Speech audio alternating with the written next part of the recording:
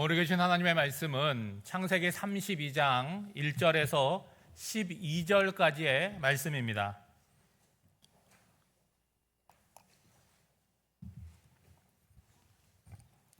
하나님의 말씀을 봉독하겠습니다.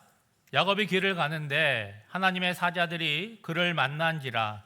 야곱이 그들을 볼 때에 이르기를 이는 하나님의 군대라 하고 그 땅 이름을 마하나임이라 하였더라. 야곱이 세일 땅 에돔들에 있는 형 에서에게로 자기보다 앞서 사자들을 보내며 그들에게 명령하여 이르되 너희는 내 주 에서에게 이같이 말하라. 주의 종 야곱이 이같이 말하기를 내가 라반과 함께 거류하며 지금까지 머물러 있었사오며 내게 소와 나귀와 양떼와 노비가 있으므로 사람을 보내어 내 주께 알리고 내 주께 은혜 받기를 원하나이다 하라 하였더니 사자들이 야곱에게 돌아와 이르되 우리가 주인의 형 에서에게 이른즉 그가 400명을 거느리고 주인을 만나려고 오더이다. 야곱이 심히 두렵고 답답하여 자기와 함께한 동행자와 양과 소와 낙타를 두 떼로 나누고 이르되 에서가 와서 한 떼를 치면 남은 한 떼는 피하리라 하고 야곱이 또 이르되 내 조부 아브라함의 하나님 내 아버지 이삭의 하나님 여호와여 주께서 전에 내게 명하시기를 내 고향 내 족속에게로 돌아가라. 내가 내게 은혜를 베풀리라 하셨나이다. 나는 주께서 주의 종에게 베푸신 모든 은총과 모든 진실하심을 조금 더 감당할 수 없사오나 내가 내 지팡이만 가지고 이 요단을 건넜더니 지금은 두 때나 이루었나이다. 내가 주께 간구하오니 내 형의 손에서 에서의 손에서 나를 건져내시옵소서. 내가 그를 두려워함은 그가 와서 나와 내 처자들을 칠까 겁이 나기 때문이니이다. 주께서 말씀하시기를 내가 반드시 내게 은혜를 베풀어 내 씨로 바다에 셀 수 없는 모래와 같이 많게 하리라 하셨나이다. 아멘. 이 말씀은 살아계신 하나님의 말씀입니다. 하나님께 감사드립니다. 아멘. 야곱이 받은 참된 복이라는 제목으로 하나님의 말씀을 전하도록 하겠습니다. 예수를 믿는 우리의 기대와 소망은요, 예수를 믿지 않는 사람들과 별반 다르지 않습니다. 무엇입니까? 한마디로 말하면 이 땅에서 잘 먹고 잘 사는 거예요. 걱정 근심 없고 평안하게 사는 것입니다. 그래서 필요한 것이 무엇입니까? 물질과 건강인 거죠. 그래서 우리가 건강할 때 우리의 걱정의 대부분은 뭐예요? 돈에 대한 걱정입니다. 그리고 간혹 아플까 봐 걱정을 하는 거죠. 그러다가 실제로 몸이 아프게 되면 깊은 절망과 두려움에 사로잡히게 됩니다. 여러분, 예수를 믿어도 물질에 어려움을 겪기도 하고 건강에 문제가 생기기도 합니다. 그것은 예수를 열심히 믿지 않아서 생기는 것이 아니라 우리 인생이 연약하기 때문에 그런 거죠. 그래서 전도서를 보면 지혜자는 뭐라고 얘기합니까? 우리의 인생이 허무하다, 헛되다라고 얘기를 합니다. 돈을 많이 모으는 것도 헛되고 공부를 많이 하는 것도 헛되고 사람이 헤아려서 하는 모든 수고가 헛되다라고 얘기하고 있어요. 여러분, 허무주의를 이야기하는 것이 아닙니다. 왜 헛되다고 하는 것입니까? 단순한 거죠. 우리의 인생이 한계가 있는 존재라고 하는 거예요. 시간이 흘러가면서 늙어갑니다. 병이 생기기도 합니다. 그리고 결국은 죽게 되는 존재이기 때문에 우리 인생이 허무하다는 거죠. 만약에 여러분 잘 먹고 잘 사는 것만이 인생의 복이라고 한다면 성경 인물 가운데 가장 큰 복을 받은 사람은 누구겠습니까? 부자와 나사로의 이야기에 나오는 부자겠죠. 여러분, 누가복음 16장에 보면 이 부자의 이야기가 나옵니다. 그는 돈이 많은 부자였기 때문에 자색 옷과 고운 배옷을 입고 날마다 잔치하며 흥겹게 인생을 살아갑니다. 그리고 아무런 문제와 걱정 없이 때가 되어서 죽음에 이르게 되죠. 여러분, 그가 세상에 살 때 사람들은 그 부자를 보고 어떤 마음이었겠습니까? 와, 부럽다. 나도 한번 인생을 저렇게 살아보면 좋겠다. 그러지 않았겠습니까? 근데 죽은 후에 그는 인생의 목적이 잘 먹고 잘 사는 것이 아님을 깨닫게 된 거예요. 여러분, 너무 늦게 깨달은 거잖아요. 돌이킬 수가 없습니다. 그런데 세상에는 여전히 자기의 형제들이 살아가고 있는 거죠. 그 형제들이 걱정이 되었습니다. 그래서 아브라함에게 부탁을 하는 거예요. 죽은 나사로를 다시 살려서 자기 집으로 보내라는 것입니다. 그래서 이 사실을 알려주라는 거예요. 여러분, 이 사실이 뭡니까? 잘 먹고 잘 사는 것이 인생의 목적이 아니고 죽으면 끝이 아니라는 거죠. 근데 아브라함은 그 요청을 거절합니다. 그러면서 이렇게 말하는 거예요. 모세와 선지자들에게 듣지 아니하면 비록 죽은 자 가운데서 살아나는 자가 있을지라도 권함을 받지 아니하리라. 특별한 사람이 전해야지만 듣는 것이 아니라는 거예요. 어떤 말씀이 나한테 들려올 때 내가 어떤 마음으로 수용하느냐, 거기에 그 사람의 운명이 달려 있다는 것이죠. 야곱은 어머니 태중에서 하나님의 선택을 받은 사람입니다. 왜 하나님은 장자인 에서가 아니라 차자인 야곱을 선택했을까요? 그건 하나님의 주권이고 하나님의 마음이지만 좀 일이 좀 복잡하게 됐잖아요. 여러분, 일이 좀 쉬우려면 인간적으로 생각해 보면 장자인 에서를 하나님이 선택하시든가 야곱을 선택하려면 에서보다 먼저 태어나게 하셨으면 문제가 간단한 것 아니겠습니까? 게다가 에서와 야곱을 비교해 보면 모든 면에서 에서가 더 뛰어난 것처럼 보입니다. 사냥에 능한 자가 되어서 집안의 가장으로 집안을 일으켜 세웁니다. 반면에 야곱의 관심은 어디 있어요? 저 장자권을 빼앗아야 될 텐데 그 생각만 몰두하고 있고 결국은 장자권을 빼앗아 가지고 형과 아버지를 속이고 장자의 축복을 받고 스스로 고난의 자리로 들어갑니다. 여러분, 그렇게 쟁취한 하나님의 축복을 야곱은 단 한 번이라도 누린 적이 있습니까? 오히려 그것 때문에 하란으로 도망가야 했고 라반의 속임수와 부당한 처우를 20년 동안 견디면서 고생했어야 됩니다. 그런데 여러분, 야곱은 이러한 시간을 통해서 무엇을 이루었습니까? 하나님의 사람으로 깨닫고 변화되는 과정 가운데 있었다는 거죠. 야곱을 보면 앞서 언급한 부자처럼 잘 먹지도 못했고 잘 살지도 못했습니다. 그의 인생의 모든 날들은 대부분 괴롭고 힘들었어요. 인간적으로 보면 좀 안쓰럽지 않습니까? 복을 받기는커녕 마치 저주를 받은 것처럼 그렇게 보여지기도 합니다. 그렇다면 야곱이 받은 참된 복은 무엇이겠습니까? 부자와 달리 자신의 허물을 깨닫고 돌이킬 수 있는 기회를 죽기 전에 맞이했다라고 하는 점이죠. 이것이 하나님이 선택한 자에게 주시는 복이라고 하는 것입니다. 그러니까 세상에서 잘 먹고 잘 사느냐, 그것이 기준이 아닌 거예요. 인생에 고난이 있느냐 없느냐, 그것도 문제가 아닙니다. 야곱의 인생을 통해서 말씀하시는 바가 바로 이 부분이죠. 하나님께서 야곱을 선택하셨기 때문에 그의 인생이 고생도 하고 어려움도 있었지만 결론은 뭐라는 거예요? 하나님의 사람으로 서게 되었고 하나님의 사람으로 살아가게 되었다라고 하는 것을 말씀하고 있습니다. 다만 그것이 하루와 이틀 사이에 이루어진 것이 아니라 야곱의 긴 인생을 통해서 넘어지기도 하고 실수도 하기도 하고 그렇지만 결국은 이루어졌다 하는 것을 야곱의 인생을 통해서 우리에게 말씀하고 있는 거죠. 왜 우리에게 말씀합니까? 우리가 야곱과 같기 때문에 말씀하고 있는 거죠. 하나님과 야곱의 관계, 그리고 하나님과 우리의 관계는 어떻게 설정되어 있습니까? 우리가 아버지라고 부르니까 아버지와 자녀의 관계예요. 하나님 우리를 눈동자처럼 지켜주시지만 마치 계시지 않은 것처럼 우리에게 뭘 주세요? 자유를 주셔서 마음대로 선택하게 하시고 마음대로 삶을 살아가게 하십니다. 야곱의 인생을 가만히 살펴보면 우리 입장에서 볼 때 하나님이 이때에 개입하셨으면 좋겠다 하는 그런 시점이 있어요.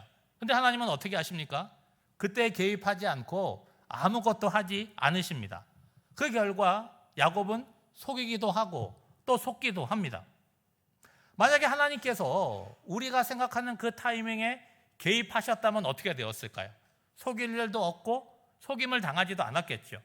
하란으로 도망갈 일도 없었을 것이고 그러면 20년 동안 고생도 하지 않았겠죠. 예? 그런데 여러분, 그거는 나타나는 것으로 볼 때 그렇다는 거예요. 만약에 하나님께서 야곱의 인생에 시시콜콜 모든 상황 가운데 개입을 하셨으면 야곱은 어떤 인생이 되었을까요? 아무것도 하지 못하는 무능한 인생이 되었겠죠. 야곱은 실수합니다. 야곱은 그릇된 선택을 합니다. 그 책임은 누가 감당하는 거예요? 야곱 스스로 감당하는 거예요. 그런데 우리가 생각하는 타이밍이 아니라 하나님이 계획하신 타이밍에 하나님께서 야곱의 인생에 개입하시잖아요. 그 흔적이 어디에 있습니까? 베델에 있었잖아요. 그렇죠? 그리고 또 어디에 있습니까? 오늘 본문에 보면 마하나임이라고 하는 것이 나오는데 그 증거라고 하는 거예요. 야곱이 실수할 수 있도록 하나님께서 허용하셨습니다. 근데 그게 끝이 아니라는 거예요. 그 실패하고 실수한 자리에서 하나님께서 어떻게 하시는 거예요? 합력하여 선을 이루고 계시다는 것이죠. 그로 인해서 속이는 자 야곱이 어떻게 됩니까? 하나님의 사람으로 서서히 훈련되고 준비되어 가는 거죠. 그러니까 야곱을 우리가 보면서 아니 이렇게 뭐 잘하는 것도 없고 속임수를 하고 이런 인생을 하나님이 선택하시느냐, 그 관점이 아니라 이런 연약한 인생을 통해서 일하시는 하나님의 열심과 의지를 우리가 볼 수 있어야 되는 거죠. 여러분, 자녀들이 있잖아요. 부모가 자녀를 사랑합니다. 아낌없이 자녀에게 베풀어 줘요. 그러면 자녀들의 입장에서 매 순간마다 너무 고맙습니다, 너무 감사합니다, 그런 반응을 보입니까? 아니, 반대일 거예요. 여러분, 부모가 없다고 한번 생각해 보세요. 고하잖아요. 그런 아이들에 대해서 우리는 어떻게 생각합니까? 불쌍하다고 생각하잖아요. 왜 불쌍합니까? 뭐 일어나든 말든 밥을 먹든 말든 집에 들어오든 말든 아무런 신경 쓰는 사람이 없잖아요. 여러분, 부모가 있으니까 자녀를 그냥 두지 않잖아요. 여러분, 아침에 되면 자녀를 어떻게 합니까? 더 자겠다는 애를 강제로 깨우잖아요. 왜 깨웁니까? 학교 가라고 깨우는 거잖아요. 눈 뜨면 뭐라 그래요? 빨리빨리 씻고 빨리빨리 밥 먹고 빨리빨리 학교 가고 막 애들을 막 보채요. 예? 애가 밥 먹으면 내가 배불러요? 아니잖아요. 근데 또 애가 학교에 갔어요. 근데 제 시간에 집에 안 와요. 그럼 뭐라 그럽니까? 또 문자 보내고 전화해가지고 왜 안 오냐, 학원은 갔냐, 언제 오냐, 누구랑 있냐, 계속 그러잖아요. 그러면 자녀들의 입장에서는 뭐라 그러겠어요? 아, 부모님이 나에게 이렇게 간섭하시고 신경 써주고 너무 좋다, 그러지 않잖아요. 아유, 엄마 숨 좀 쉬자, 자유가 없어. 예? 그러면 누구 부러워해요? 부모가 그렇게 안 하는, 보호자가 없는 아이를 오히려 부러워하는 거예요. 왜 그럴까요? 내가 어떤 복을 누리고 있는지를 모르기 때문에, 미성숙하기 때문에 그런 거죠. 여러분, 쌍둥이 형제 에서와 야곱의 인생을 한번 비교해 보세요. 에서는 누가 간섭합니까? 부모도 어떻게 하질 못해요. 부모의 근심거리가 되고 있잖아요. 그러니까 뭐예요? 자기 마음대로 선택하고 자기 마음대로 인생을 살아가고 자기 좋은 여자와 살고 그렇습니다. 그런데 야곱의 인생은 하나님이 선택하셨기 때문에 간섭하는 거예요.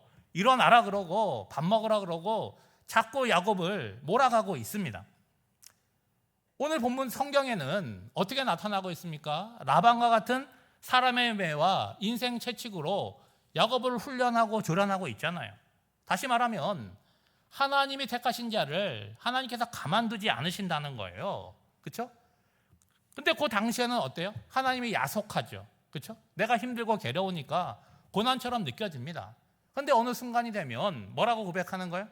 하나님 덕분에, 하나님의 은혜로 내가 살아간다고 고백하는 거죠. 그때가 되면 뭐가 되는 거예요? 이제 신앙의 철이 들기 시작하는 거죠. 야곱은 자신의 인생에서 가장 젊고 힘 있는 시기 20년을 하란에서 수고했습니다. 여러분, 우리가 여러 주에 걸쳐서 야곱의 인생을 살펴보고 있는데 야곱의 인생에서 부러운 점이 있으세요? 야곱의 인생을 알면 알수록 부러운 게 없잖아요. 여러분, 야곱이 하란에서 20년의 시간은 고생과 수고로 가득한 시간이었습니다. 돌이켜보면 살아야 했으니까 산 거죠. 하루를 살고 한 주를 살고 1년을 버텨내고 산 거지. 야곱의 수고가 얼마나 깊었는지, 그의 마음이 얼마나 괴로웠는지 우리로서는 알 수가 없다는 거예요. 무엇보다 힘들었던 건 뭐겠습니까? 라반이라는 존재의 지배 아래에서 부당한 대우를 받으면서 아무것도 할 수 없었던 그런 시간들이 힘들었겠죠. 그런데 하나님께서 어떻게 하셨어요? 야곱의 고난과 손의 수고를 보시고 축복해 주셨잖아요. 그러니까 그가 애써서 얻을 수 있는 결과는 빈손이었지만 하나님은 야곱을 축복하셔서 그의 수고보다 더 많은 것들을 가지고 고향으로 돌아가게 하셨다는 거예요. 여러분, 지난주에 우리가 살펴봤잖아요. 어떻게 돌아가려고 했습니까? 몰래 도망가려고 했어요. 근데 하나님께서 그건 아니다 해서 라반과 만나게 하사 마음의 앙금과 얽혀있는 감정들을 다 풀었잖아요. 그리고 언약을 맺고 서로 축복하며 돌아갈 수 있도록 해주셨어요. 그러면 이제는 야곱의 인생에는 아무런 문제가 없을까요? 그럴 리가 있겠습니까? 우리 인생은요, 계속하는 문제의 연속입니다. 여러분 살아보셔서 아시잖아요. 야, 이 문제만 해결되면 살 것 같은데 문제가 해결되니까 어떻게 됩니까? 나도 있었지롱 하고 그 다음 문제가 나타나는 거예요. 그러니까 문제가 없기를 기도하지 마시고 문제를 잘 받아들여서 하나님 앞에서 기도하며 이 문제를 잘 풀어가는 것, 그것이 인생의 숙제와 과제라고 하는 것이죠. 이제 야곱은 20년 전 자신으로 하여금 가나안 땅을 떠나게 만들었던 그 문제와 다시 직면하게 됩니다. 그게 뭡니까? 에서의 분노를 어떻게 잠재울 수 있느냐, 이 문제인 거죠. 우리가 여기서 짚고 넘어가야 될 문제가 하나 있죠. 여러분, 시간이 문제를 해결해 주지 못한다는 거예요. 여러분, 많은 문제들은 시간이 흘러가면 저절로 해결되는 것들이 있습니다. 그렇죠? 그렇지만 궁극적인 문제, 본질적인 문제는 해결되지 않아요. 여러분, 10년이면 강산이 변한다고 하는데 20년이 지났으니까 강산이 2번 변하는 거 아니겠어요? 20년이면 어린아이가 어린이 되고 어른이 노년이 되는 그런 많은 시간이지 않습니까? 그런데 지금 야곱은 어때요? 20년 전에 그때의 불안감이 마치 어제 일처럼 오늘 엄습하고 있다는 거죠. 그런 상황에서 오늘 본문이 시작이 되는 거예요. 1절 말씀에 보면 야곱이 하나님의 사자를 만났다고 합니다. 우리 성경은 사자로 번역되어 있는데 그 동물 사자가 아닌 거 알고 계시죠? 메신저를 얘기하는 거예요. 근데 영어 성경을 보면 이 사자를 엔젤이라고 표현하고 있어요. 그러니까 천사라고 하는 거죠. 어떻게 야곱이 하나님의 사자를 만났습니까? 여러분, 만나고 싶다고 만나는 것이 아니지 않습니까? 하나님의 사자가 야곱이 있는 곳으로 찾아오신 거예요. 여러분, 20년 전 베델에서도 마찬가지고 오늘 마하나임에서도 하나님께서 낮아지셔서 야곱을 찾아오신 거잖아요. 예? 여러분, 구원은 언제나 우리 쪽에서 이루어지는 것이 아니라 하나님 쪽에서 우리를 찾아오심으로 이루어지는 거죠. 여러분, 이해하기 쉽게 말하면 지금 야곱이 신앙적인 체험을 하고 있는 거잖아요. 그렇죠? 그리고 자기 마음대로 그곳 이름을 뭐라고 붙입니까? 마하나임이라고 붙여요. 우리 성경은 하나님의 군대 이렇게 번역을 했는데 원래 뜻은 하나님의 군대가 진을 치고 있는 진영, 군영이라는 의미를 갖고 있습니다. 여러분, 이 말씀 보니까 어떤 느낌이 드세요? 하나님께서 20년 전 베델에서 야곱과 약속한 그대로 20년을 함께 하시고 지금 고향으로 돌아가는 그 길에도 하나님이 함께 하신다는 것을 보게 되지 않습니까? 여러분, 갈 때는 지팡이 하나 갖고 갔어요. 근데 돌아오는 길에는 지금 많은 재산, 가족들 2대나 이르게 되었다는 거예요. 많은 것들이 변했지만 변하지 않은 것 하나 있어요. 뭡니까? 그때도 하나님이 함께 하셨고 지금도 변함없이 하나님이 함께하고 계시다는 거예요. 문제는 뭡니까? 하나님이 함께 계시면 문제가 없어야 되잖아요. 어려움도 없어야 되잖아요. 그런데 하나님이 야곱과 함께 하신다고 하는데 야곱의 인생은 계속 문제가 있습니다. 왜 그럴까요? 하나님이 그 고난을 제공하는 것이 아니라 야곱이 선택하는 일들이 그런 어려움들을 불러오고 있다는 거죠. 그런데 중요한 건 뭡니까? 야곱의 선택만으로는 고난과 험악한 인생으로 끝날 인생인데 어떻게 하셨어요? 하나님 덕분에 속이는 자 야곱이 이스라엘의 모범적인 신앙인으로 그렇게 변하게 되었다는 거죠. 그러니까 지난날 베델에서 약속하신 하나님께서 20년이 지나서 다시 고향으로 돌아가는데 함께하고 계십니다.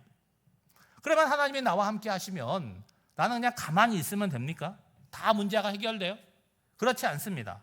하나님이 하시는 역할이 있고 또 내가 해야 되는 역할이 있는 거예요. 여러분, 3절부터 보시면 야곱이 지금 고향으로 돌아가는데 종을 에서에게 보내는 거잖아요. 내가 라반의 집에서 있었고 이제 고향으로 돌아가고 있다라고 얘기를 하는데, 그 얘기를 잘 들어보시면 에서와 자기의 관계를 어떻게 설명을 합니까? 주의 종 야곱이 주의 은혜를 받기를 원합니다 라고 얘기를 하고 있어요. 여기서 주는 누굽니까? 하나님이 아니에요, 여러분. 여기서 주는 누구예요? 에서를 이야기하는 거예요. 에서를 주인으로 높이고, 종은 누굽니까? 자기 자신을 이야기하는 거죠. 그러면서 뭘 요구하고 있어요? 주인께서 종에게 은혜를 베풀어 달라고 지금 간청하고 있죠. 여러분, 20년 전으로 돌아가 보시죠. 그때 야곱은 자기 형 에서를 어떻게 생각했습니까? 형으로 생각하지 않았어요.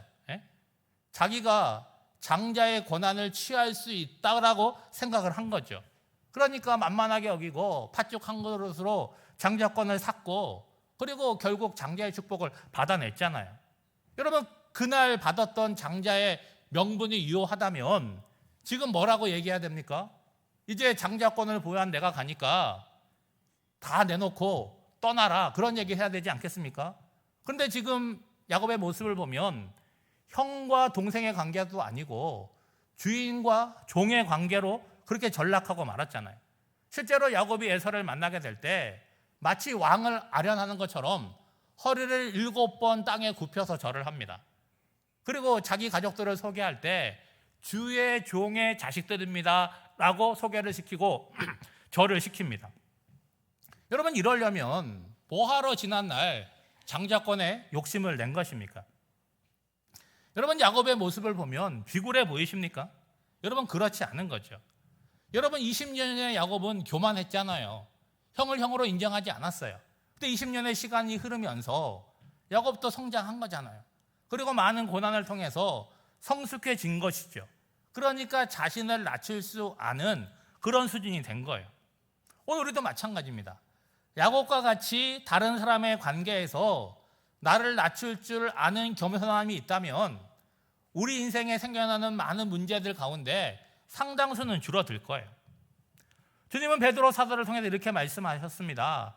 겸손해라. 때가 되면 내가 너를 높여줄 것이다 라고 말씀하셨어요. 여러분, 우리가 사람과의 관계에서 우리도 별거 아니잖아요. 자존심을 내세우고 자랑하고 누군가를 무시하고, 여러분, 그러면 안 되잖아요. 오히려 나를 낮추고 겸손하게 다른 사람을 대함으로 말미암아 여러분 주변 사람들이 여러분을 생각할 때에 아무개 그분 교회 다니는 사람인데 참 좋은 사람이지, 겸손한 사람이지, 착한 사람이지, 그렇게 인정받는 분들이 되시기를 주님의 이름으로 축복합니다. 그런데 형에게 보낸 종이 돌아왔는데 들려주는 소식이 야곱의 기대와는 아주 정반대입니다. 여러분, 6절 말씀에 보면 뭐라고 얘기를 합니까? 주인의 형 에서에게 이르렀는데 그가 400명을 거느리고 주인을 만나러 오고 있다는 거예요. 여러분, 먼저 지난 20년 동안 성경은 야곱의 삶을 조명했지 에서가 어떻게 살았는지를 말하고 있지 않아요. 그런데 오늘 모습을 보면 어떻게 살았는지 짐작이 되지 않습니까? 여러분, 20년 전 에서는요, 동생에게 장자권을 빼앗겼어요. 그리고 속아가지고 장자의 축복을 받지 못했고 아버지께 간청해서 억지로 축복을 받았는데 그 내용을 보면 축복의 내용이 아니라 어때요? 저주의 내용에 가깝습니다. 그런데 지금 400명을 이끌고 야곱을 만나러 온다? 그리고 이후 야곱과의 대화를 들어보면 어떻게 산 것 같아요? 편안하게 잘 살아온 것 같아요. 여러분, 우리가 회사를 하나 경영해도 직원이 400명이다 그러면 어때요? 그거 무시할 수 없죠. 꽤 큰 회사 아닙니까? 그런데 다 데려온 것이 아니라면 지금 에서가 야곱보다 훨씬 많은 복을 받고 살아간다고 짐작할 수 있겠죠. 자, 비교해 보세요. 복을 쟁취한 야곱, 복을 빼앗긴 에서의 삶, 20년이 흘렀어요. 누가 복을 받은 것처럼 보입니까? 고생이란 고생은 누가 다 했어요? 야곱이 다 했습니다. 육체적인 고생, 마음의 고생, 하루도 편할 날이 없어요. 근데 에서를 보니까 어때요? 고향에서 편하게 잘 지낸 것 같아요. 사업도 성공한 것처럼 보입니다. 여러분, 인간적인 관점에서 여러분에게 물어보면 둘 중에 하나의 삶을 선택한다면 여러분 솔직히 누구의 삶을 선택하고 싶으세요? 차마 말할 수는 없지만 야곱도 아니고 에서도 아니라고 대답할 분들이 많이 있을 거예요. 문제는 여러분, 야곱이 마하나임에서 하나님을 경험하였음에도 불구하고 에서가 400명을 이끌고 온다는 소식을 듣고 어때요? 두렵다는 거예요. 왜 두려울까요? 자신이 잘못한 것이 있기 때문에 마음이 어때요? 부정적으로 되어 있는 거죠. 지난날 형을 속였잖아요. 그러니까 형이 자신을 어떻게 하겠다는 거예요? 용서하지 않을 것이라고 지레짐작을 하고 있습니다. 게다가 400명을 데리고 온다 그러니까 지금 두려워가지고 혼이 나가서 기절할 지경이라는 거예요. 여러분 한번 생각해 보세요. 야곱이 자기 형 에서와 좋은 관계였다면 형이 400명을 이끌고 온다고 할 때 마음이 어떻겠어요? 기쁨이 넘치겠죠. 와, 형이 나를 환대하려고, 우리 가족들을 돌봐주려고 직원들을 다 끌고 오는구나. 좋아하지 않겠습니까? 근데 관계가 나쁘니까 어떻게 생각하는 거예요? 나 잡아 죽이려고 오는구나, 내 거 다 뺏으려고 오는구나 라고 지금 단정하고 있잖아요. 사실 에서가 어떤 마음으로 오는지는 성경에 나와 있지 않잖아요. 죽이려고 오는지 도와주려고 오는지는 알 수가 없는 거죠. 여러분, 야곱의 두려움은 본래 야곱의 본능을 자극합니다. 여러분 7절 말씀에 보면 어떻게 해요? 두렵고 답답했다는 거예요. 그래서 자기와 함께한 가족들 그리고 그런 짐승들을 두 떼로 나누었다는 거죠. 야곱은 20년 전 자기 귀로 들었던 그 형의 얘기가 지금도 귀에 들리는 것 같아요. 이게 뭡니까? 내가 야곱을 죽이리라 하는 거 아니겠어요? 그러니까 야곱이 느끼는 두려움은 막연한 두려움이 아니라 생명의 위협을 느끼는 두려움이라는 거예요. 그리고 본래 야곱은 어떻게 합니까? 이런 상황에 그냥 주랭랑 치는 건데 도망갈 수도 없어. 가족도 많고 재산도 많으니까 도망갈 수도 없어요. 그러니까 이러지도 못하고 저러지도 못하니까 어때요? 한편으로는 두렵지만 한편으로는 더 답답한 거죠. 근데 야곱은 야곱이잖아요. 어떻게 처신을 합니까? 두 떼로 나눈다는 거예요. 어떻게 하겠다는 거예요? 한 떼가 공격을 받으면 나머지라도 도망가겠다는 거죠. 그러니까 야곱의 문제 해결 방식은 뭐예요? 20년 전이나 지금이나 똑같잖아요. 맞서서 해결하려고 하지 않고 그냥 고개를 돌려서 도망가는 방식을 취하는 거잖아요. 근데 야곱이 생각해도 도망가는 것으로 문제가 해결되는 게 아니잖아요. 어디로 도망을 가겠습니까? 그러니까 앞서서 라반과의 문제가 어떻게 해결됐어요? 하나님이 개입하심으로 해결이 되었던 것처럼 지금 형과의 문제도 자기 힘으로는 안 되고 하나님이 개입하셔야 된다는 것을 이제 생각하게 되는 거죠. 여러분, 여기에 우리의 연약함이 있잖아요. 뭐가 연약한 거예요? 아니, 처음부터 하나님을 의지하고 그분에게 구하면 되는데 뭐부터 하는 거예요? 인간적으로 모든 궁리와 방법들을 다 찾아보는 거예요. 하나씩 엑스표 하는 거잖아요. 다 지웠는데도 안 돼요. 그러면 마지막 뭐 하는 거예요? 아이고, 하나님밖에 없습니다. 그때 돌아가는 거죠. 여러분, 방황을 하더라도 결국은 집에 돌아가야 되는 것처럼 우리 인생에도 많은 꾀가 있고 많은 방법들이 있는 것 같지만 궁극적으로는 하나님 앞에 서야 된다는 거예요. 그런 점에서 여러분, 자녀들 교회 학교 보내는 거 중요합니다. 왜 중요합니까? 어릴 때 교회를 다니는 습관, 하나님의 말씀을 듣는 습관 중요하죠.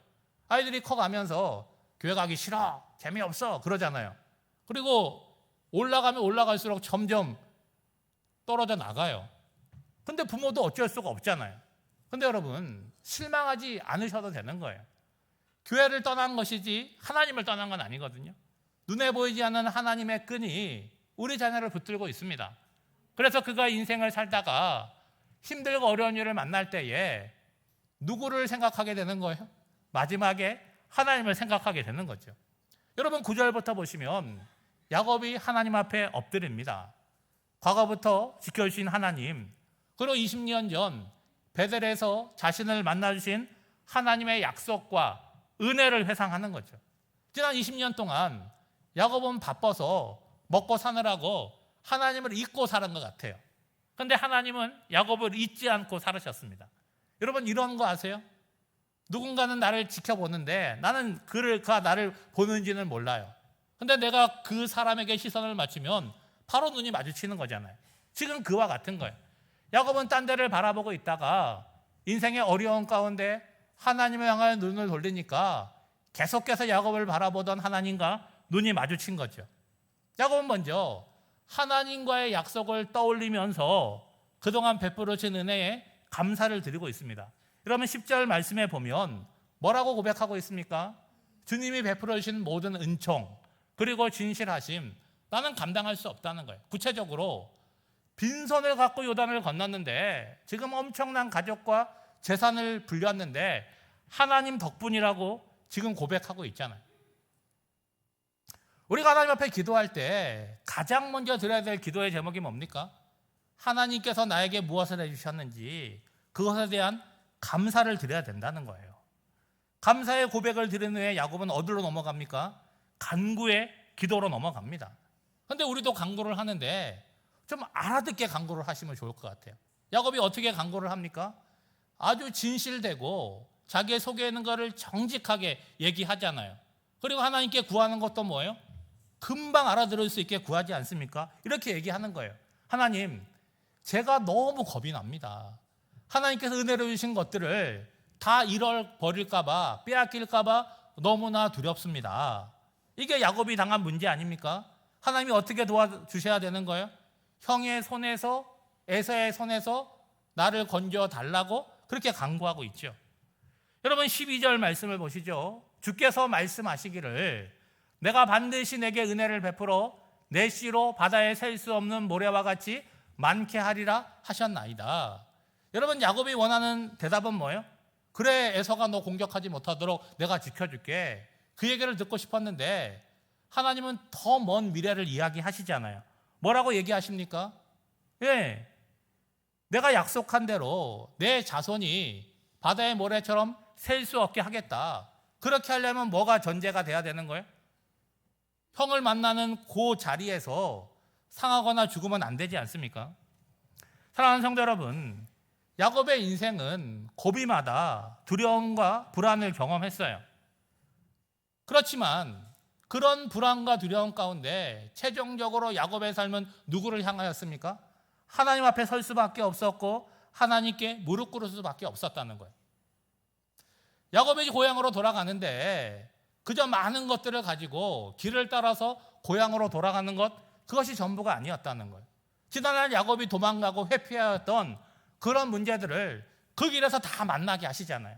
그래서 해결하고 매듭 짓고 풀고 가게 만드시는 과정이었다는 거예요. 야곱을 선택하신 하나님께서 야곱에게 주신 복은 다른 것이 아닙니다. 이 땅에서 실수하고 잘못한 것들을 바로 이 땅에서 바로잡고 고치고 새롭게 되는 기회를 얻게 된 것이지요. 야곱은 그저 눈앞에 있는 문제만 해결되기를 원했지만 하나님은 어떻게 하셨어요? 지난날 주신 언약을 다시 한번 말씀하시면서 내가 반드시 너를 통해서 그걸 이룰 것이다 확언하고 계시는 것이죠. 그러므로 오늘 야곱과 같은 우리를 선택하시고 하나님의 사람으로 만들어가는 이 여정을 회피하려고 하지 마시고 책임감 있게 감당하는 저와 여러분이 되시기를 주님의 이름으로 축복합니다. 기도하겠습니다. 하나님 아버지, 야곱은 하나님의 선택을 받았지만 자기 계획의 결과로 고생과 수고로 가득한 삶이 되었습니다. 그러나 하나님은 야곱으로 하여금 인생의 기회가 있을 때에 깨닫고 돌이킬 수 있게 하셨습니다. 우리 인생에게 주시는 진정한 복은 예수로 말미암아 돌이키고 변화되는 기회를 붙잡는 것임을 깨닫습니다. 헛될 수밖에 없는 우리 인생도 주님으로 말미암아 마침내 훌륭한 신앙의 모범이 될 줄로 믿습니다. 그 믿음으로 믿음의 여정을 책임감 있게 걸어가게 하옵소서. 예수님의 이름으로 기도하옵나이다. 아멘.